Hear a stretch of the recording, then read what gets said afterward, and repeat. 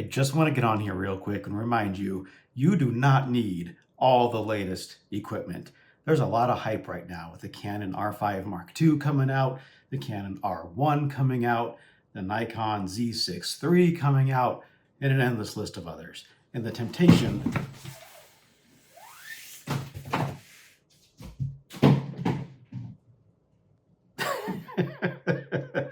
all my stuff fell over. Whatever. The temptation to buy new equipment or a new camera can be great. You can watch all the reviews of the newest camera and see the features that they can do, and they can shoot 30 plus frames a second. Do you need it? Especially as a landscape photographer, do you need to shoot 30 frames a second? I know I don't. And I started out with a T2i, a Canon T2i for goodness sakes, and still won, an award at a show. I mean, the equipment does not matter nearly as much as the skill and the effort that you put in to learning.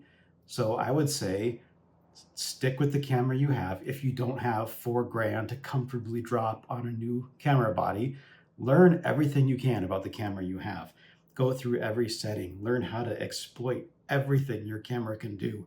Watch YouTube videos to learn the best way to process the photos that your camera can create.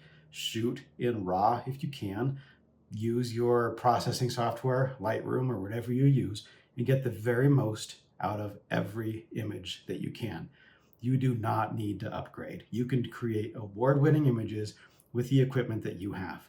Just wanted to remind you that when you are hugely successful and you're selling your art for big bucks and you're getting requests for commissioned work and you're having the money rolling in, do it. Upgrade to whatever camera you want. In the meantime, don't stress yourself out.